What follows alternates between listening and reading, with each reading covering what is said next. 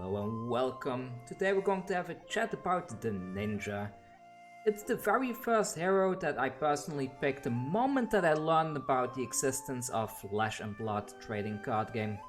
Ninjas, also known as Shinobi no Mono, hold a very special spot in my heart, not because of anime or fancy depictions specifically, but because of a lifelong fascination with their real historic counterpart.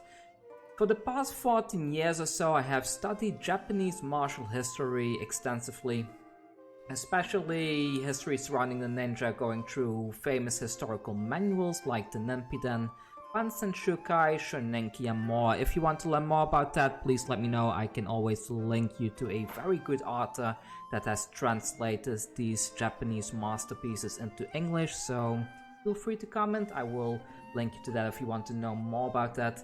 But I've also practiced taijutsu for 10 years under the Bujinkan, which is kind of like a modern day ninja organization. Needless to say, for me personally, I live and breathe ninjutsu. I love ninjas, and when I see them in a fancy story, I'm completely sold straight away. So I have to say that the ninja, as depicted in Flesh and Blood, now that I'm in the game a little bit longer, does not really match the historical counterpart at all, and it seems that it's heavily inspired by the ones that you see in things like anime or even olden days kabuki theater. However, this does not make the class any less interesting to me. Maybe it makes them even more interesting because we are in a fancy setting after all.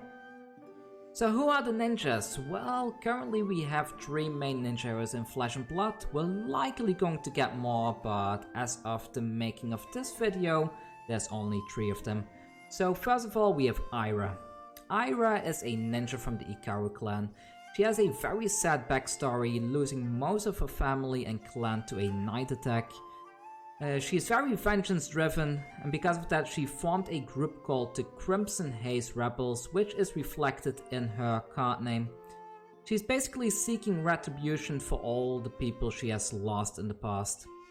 The effect on the card is also very interesting because your second attack each turn gains you +1 attack power. This can kind of snowball out of effect rather quickly if the game drags on, always giving you an extra attack each turn, especially if you're attacking in with something like your Koidachis each turn. That 1 attack power can be quite significant in the long run.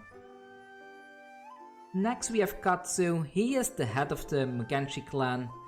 He is calm and practical and yet extremely cunning.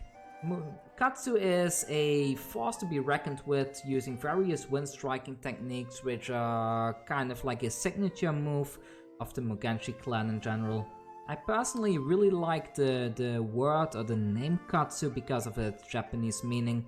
Katsu of course is a very well known Japanese dish, however I don't think the art team of Legend Story Studios had this in mind when they created this character. Instead, I think they probably went for the older translation of the word Katsu, which basically translates to the word victory. A very fitting name for a warrior that's also the leader of the Mugenshi clan. The word Mugenshi is also interesting because if we look at the Mu part of the name, that basically refers to the Buddhist concept of nothingness. And Mugen is a Japanese word that translates roughly to dreaming or a dream. So if we take the word as a whole and we take the part she in it, she means clan. So we have dream clan. Mugenshi means dream clan. So as a one big flowing name, Katsu is pretty much a victory of the Dream Clan, a very meaningful title and I quite like it. So if we look at Katsu the Wanderer himself, he has a once per turn effect. When an attack action card you control hits, you may discard a card with cost 0. If you do, search your deck for a card with combo. Banish it face up, then shuffle your deck. You may play it this turn. This is very good because a lot of cards in the ninja deck have cost 0, so most of the time you should be able to fix your combos quite easily, because you can throw away one of your 0 cost cards and then fit the perfect combo piece that goes along with one of your other attacks. Finally, we have Benji, yet another member of the Dream Clan, or the Mugenji clan I should say. He's an evasive little ninja, a devoted student, and he holds up the Mugenji tradition by always trying his best to become a better version of himself through hard training. Currently we only have a young version of him available, and I guess in future sets we are likely going to get a adult version as well, because he has a quite interesting card effect. Attack action cards you control with 2 or less power can't be defended by cards from hand, which means you can string together a long chain of small attacks that your opponent cannot do much about. And on top of that, there is a once per turn effect. When an attack action card you control hits, your next attack this turn gains +1 power. A very powerful ninja overall, a little bit different from Katsu. Like the playstyle, you can straight away see that these two ninjas specifically have a very unique playstyle to themselves. Benji is quite interesting in Blitz right now already, but I want this video series to be mostly focused on the constructed format. Since Katsu is the only playable ninja in constructed as of the making of this video, in my next video I'm going to go over the playstyle of ninja and all the combos that the ninja cards can pull off.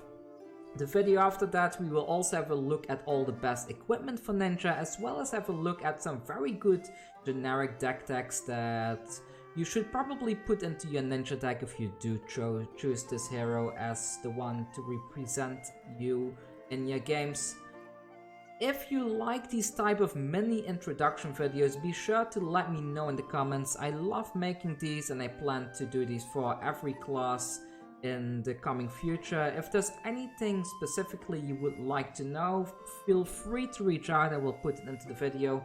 But for this first video I just wanted to cover the 3 heroes themselves, introduce them in a little bit of the backstory, what they do, as a lead-in into my next video. So make sure to hit that thumbs up button, subscribe to my channel and hit that notification bell, so once the next video does come online, you will be one of the first to be able to watch it.